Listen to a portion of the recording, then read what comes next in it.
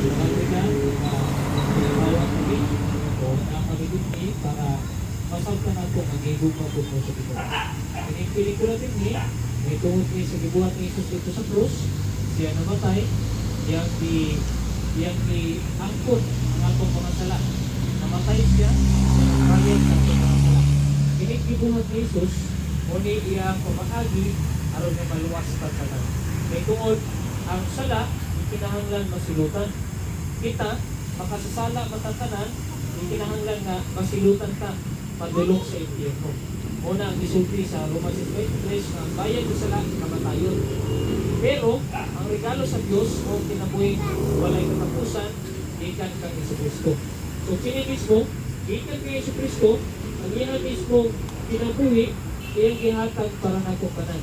Giluwas na ni Jesus, arong kitang kanan, dili na mo itong impyerno. In short, ipulihan ta ni Jesus.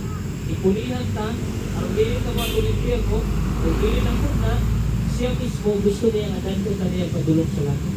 Iningon ang Biblia, regalo sa Diyos ang pinabuhi mo rin katapusan. In short, ang langit, libreng regalo ng sa Diyos. So, kaya pinili dili tungod sa pangalan sa relihiyon o simbahan. Kaya pinili, tungod kitang tanan, ikinahanglan nato masabtan nga si Jesus namatay dito sa krus, iyang ibayran ng atong sala. Kaya tungod gigugmata niya. Kung siya namatay dito sa krus, aron kitang tanan dili na mga itong impyerno. Pero pagkahuman sa kalukadlaw, nabanhaw sa pag-usap. May tungod si Jesus, dili lang sa tao. Bago sa nimong tao, Diyos na siya.